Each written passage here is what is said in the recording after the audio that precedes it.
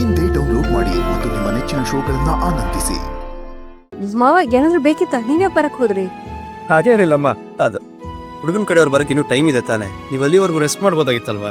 ಅಯ್ಯೋ, ಅರ್ಚನ್ ನೋಡೋಕೆ ಹುಡುಗನ ಕಡೆಯವರು ಬರ್ತಿದ್ದಾರೆ ಅಂತ ಗೊತ್ತಾದ ತಕ್ಷಣ ನನ್ನ ಕೈ ಕಾಲೇ ನಿಲ್ತಿಲ್ಲ ಕಣ. ನೀವೇನು ಯೋಚನೆ ಮಾಡಬೇಡಿ, ನನಗೆ ಇನ್ಮೇಲೆ ಯಾವ ಕಾಯಿಲೆನೂ ಬರಲ್ಲ. ಅರ್ಚನ, ನೀನು ಇನ್ನೂ ರೆಡಿ ಆಗಿಲ್ವಾ? ಇಲ್ಲ ಅಪ್ಪ, ಅರ್ಚನಾ 10 ಗಂಟೆಗೆಲ್ಲ ಹುಡುಗನ ಮನೆ ಕಡೆ ಬಂದ್ಬಿಡ್ತಾರೆ. ಬೇಗ ಹೋಗಿ ರೆಡಿ ಆಗಮ್ಮ. ಮೇಡಮ್ಮ, ನೀನು ಮದುವೆ ಅಂತ ನೋಡಿಬಿಟ್ರೆ ಸಾಕು, ಆಮೇಲೆ ನಾನು ಸಂತೋಷವಾಗಿ ಕಣ್ಣು ಮುಚ್ಚಿಬಿಡ್ತೀನಿ. ಅಪ್ಪ, ಯಾಕಿನ್ನು ಇಂಥ ಮಾತುಗಳಾಡ್ತೀರಾ? ಅದು ಹಾಗಲ್ವ ಮಗನೇ, ಅರ್ಚನ ಮದುವೆ ದಿನ ಹತ್ರ ಬರ್ತಾ ಇದೆಯಲ್ಲ, ಆ ಖುಷಿಗೆ ಸುಮ್ಮನೆ ಹಾಗಂದೆ ಅಷ್ಟೇ.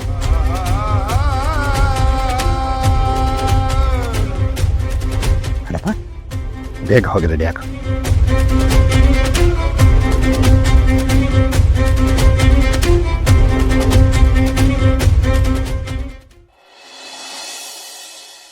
ಬಂದಪ್ಪ, ಬಾ ಕೂತ್ಕೋ. ಅಯ್ಯೋ, ಏನು ಮೈಯೆಲ್ಲ ಸುಡ್ತಾ ಇದೆ. ಅಂಬುಜಾ, ಏನಕ್ಕೆ ಒದ್ದೆ ಬಟ್ಟೆ ತಗೊಂಡ್ ಬಾರೆ. ಯಾಕದ್ಗೆ? ಯಾಕೋ ಮೈಯೆಲ್ಲ ಸುಡ್ತಾ ಇದೆ ಕಣೆ. ಹೌದಾ?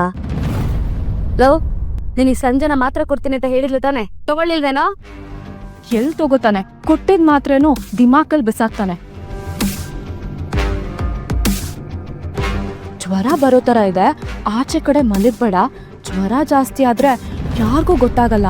ಇಲ್ಲಿ ರೂಮಲ್ಲಿ ನಾನಾದ್ರೂ ಇರ್ತೀನಿ, ಇಲ್ಲೇ ಮಲಗು ಅಂತ ಅಂದ್ರೆ ಏನು ಹಾಸ್ಕೊಳ್ದೆ ಬರೀ ನೆಲದ ಮೇಲೆ ಮಲಗ್ತಾನೆ. ಹೌದಾ? ಹ್ಞೂ, ಬೇಡ ಅಂದ್ರು ಜೋರಾಗಿ ಫ್ಯಾನ್ ಹಾಕೊಂಡು ಮಲಗ್ತಾನೆ. ಈ ಚಳಿಲಿ ಫ್ಯಾನಾ? ಹ್ಞೂ ಆಂಟಿ, ನನ್ನ ಮಾತು ಎಲ್ಲಿ ಕೇಳ್ತಾನೆ ಹೇಳಿ. ನರಸಿಂಹ, ನಿಮ್ದು ಯಾಕೋ ಅತಿ ಆಯ್ತು ಕಣೋ. ಮಂಜ, ಮೊದಲು ಹೋಗಿ ಒದ್ದೆ ಬಟ್ಟೆ ತಗೊಂಡ್ ಬಾ.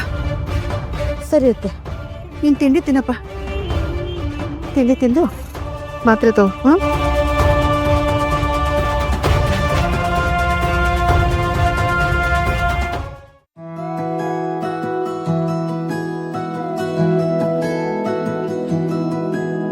ಯಾಕಪ್ಪ ಈ ಥರ ಹಠ ಮಾಡ್ತೀಯಾ? ಅವಳಾಗೆ ಬಂದು ನಿನ್ಗೆ ಆರೈಕೆ ಮಾಡ್ತೀನಿ ಅಂದ್ರು, ಅವಳು ಯಾಕೆ ನೀನು ದೂರ ತಳ್ತಿದ್ಯಾ?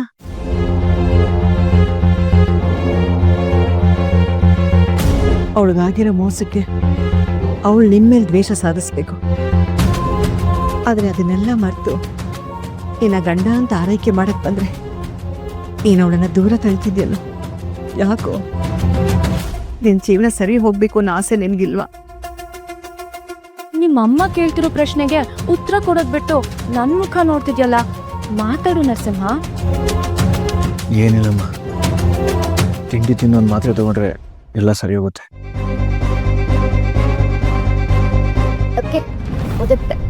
ಅದು ನೀನೇ ಹಾಡ್ಬಿಡಮ್ಮ. ಅತ್ತೆ, 1 ನಿಮಿಷ.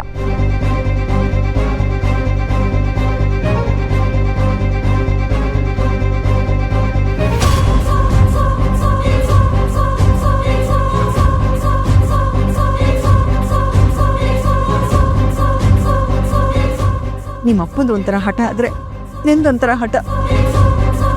ನೀವಿಬ್ರು ಮಧ್ಯದಲ್ಲಿ ನಾನು ಒದ್ದಾಡ್ಬೇಕಷ್ಟೆ. ಅದಕ್ಕೆ ನಮ್ಮ ಅಣ್ಣ ಇವನ್ ಥರ ಮಾಡಬಾರದೇನು ಮಾಡಿಲ್ಲ. ನಮ್ಮ ಅಣ್ಣನಿಗೂ ಇವನಿಗೂ ಹೋಲಿಸ್ಲೇಬೇಡಿ.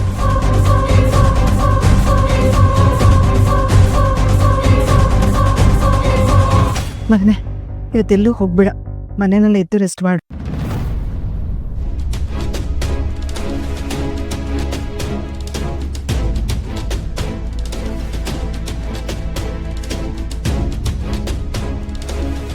ಇಲ್ಲಮ್ಮ, ಇವತ್ತು ಕೆಲ್ಸಕ್ಕೆ ಹೋಗ್ಲೇಬೇಕು. ಯಾಕಪ್ಪ? ನಿಮ್ಮ ಓನರ್ಗೆ ನಾನೇ ಫೋನ್ ಮಾಡಿ ನನ್ನ ಮಗನಿಗೆ ಜ್ವರ ಬಂದಿದೆ, ಅವ್ನು ಇವತ್ತು ಕೆಲ್ಸಕ್ಕೆ ಕಳ್ಸೋಕ್ಕಾಗಲ್ಲ ಅಂತ ನಾನೇ ಹೇಳ್ತೀನಿ. ಬೇಡಮ್ಮ, ಅವ್ರಿಗೆಲ್ಲ ಇಷ್ಟ ಆಗಲ್ಲ. ಕೆಲಸದ ವಿಷಯದಲ್ಲಿ ಅವ್ರು ತುಂಬ ಸ್ಟ್ರಿಕ್ಟು. ಹಾಗಾದ್ರೆ ನೀನು ಅವ್ರ ಹತ್ರ ಕೆಲ್ಸಕ್ಕೆ ಹೋಗೋದೇ ಬೇಡ, ಬೇರೆ ಎಲ್ಲಾದ್ರೂ ಕೆಲಸ ನೋಡ್ಕೊಂಡ್ರೆ ಆಯ್ತು. ಬೇರೆ ಕೆಲಸ ಸಿಗೋವರೆಗೂ ನಿನ್ನ ಮನೆಯಲ್ಲೇ ಇರು, ಪರವಾಗಿಲ್ಲ.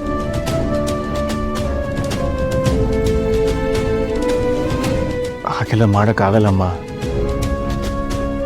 ಯಾಕೆ ಇಷ್ಟೊಂದು ಹಠ ಮಾಡ್ತಿದ್ಯಾ ನರಸಿಂಹ?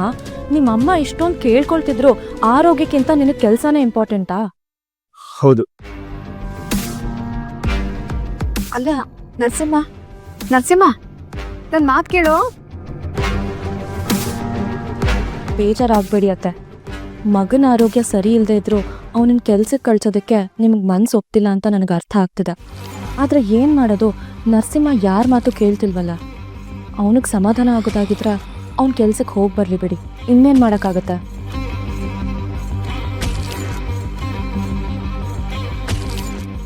ಬಿಸ್ನೆಸ್ ಎಲ್ಲ ಹೇಗೆ ನಡೀತಿದ್ಯಪ್ಪ ನಿಂದು? Fine uncle. ಸದ್ಯಕ್ಕೆ ನಂದೇ ಒಂದು ಹೊಸ ಕಂಪ್ನಿ ಶುರು ಮಾಡಬೇಕು ಅಂತ ಅನ್ಕೊಂಡಿದ್ದೀನಿ. ನನ್ನ ಮಗನಿಗೆ ಇಂಡಿಪೆಂಡೆಂಟ್ ಆಗಿ ಬಿಸ್ನೆಸ್ ಮಾಡೋದೇ ಆಸೆ. ಒಳ್ಳೇದೇ ಬಿಡಿ.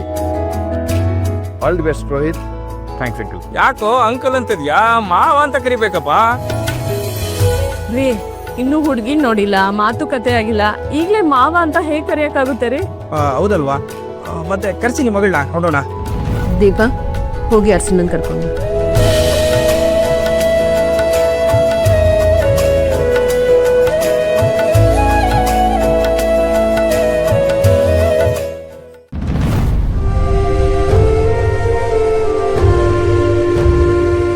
ಅಕ್ಕ